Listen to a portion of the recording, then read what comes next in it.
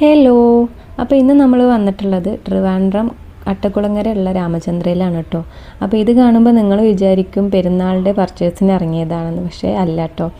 സ്കൂളൊക്കെ തുറക്കാനായില്ലേ, അപ്പോൾ അതിൻ്റെ കുറച്ച് ചെറിയൊരു പർച്ചേസിന് വേണ്ടി ഇറങ്ങിയതാണ്. ഒരാളുടെ കഴിഞ്ഞു, പക്ഷേ ഒരാൾക്കുള്ളത് വാങ്ങിയിട്ടുണ്ടായിരുന്നില്ല. അപ്പോൾ അതിൻ്റെ കുറച്ച് പർച്ചേസിന് വേണ്ടി വന്നതാണ് കേട്ടോ.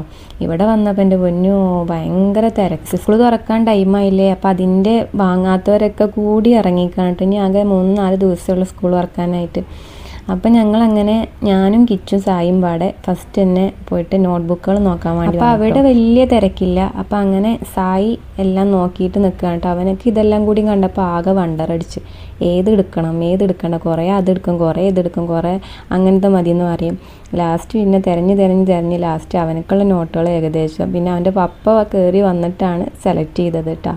അങ്ങനെ അവനക്കുള്ള നോട്ട് അത് കഴിഞ്ഞിട്ട് പിന്നെ നേരെ പേനയും കാര്യങ്ങളൊക്കെ എടുക്കാൻ വേണ്ടിയിട്ട് ആ ഒരു സെക്ഷനിലേക്ക് പോയിട്ടോ.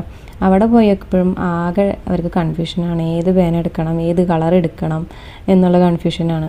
അപ്പോൾ ഒരാൾക്ക് ബ്ലൂവും ഒരാൾക്ക് ബ്ലാക്കും മതി എന്ന് പറഞ്ഞ് അങ്ങനെ അതൊക്കെ എടുത്തിട്ട് പിന്നെ പോയത് വാട്ടർ ബോട്ടിൽ എടുക്കാൻ വേണ്ടിയിട്ടാണ്. അപ്പോൾ ഇത് കണ്ടപ്പോഴും ഏതെടുക്കണം എന്നുള്ള ആകെ കൂടി കൺഫ്യൂഷനാണ് മക്കളെ. ഏതെടുത്താലും അവർക്ക് അത് പറ്റുമോ, അത് ഭംഗിയുണ്ടോ.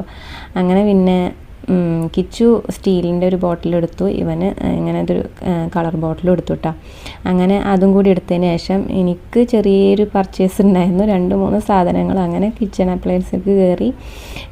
അവിടെ വന്നപ്പോൾ മൊത്തത്തിൽ തിളങ്ങണെന്ന് പറഞ്ഞ പോലെ മൊത്തം സ്റ്റീലിൻ്റെ പ്ലേറ്റ് മാത്രമല്ല ഇവിടെ എല്ലാം ഉണ്ട് കേട്ടോ.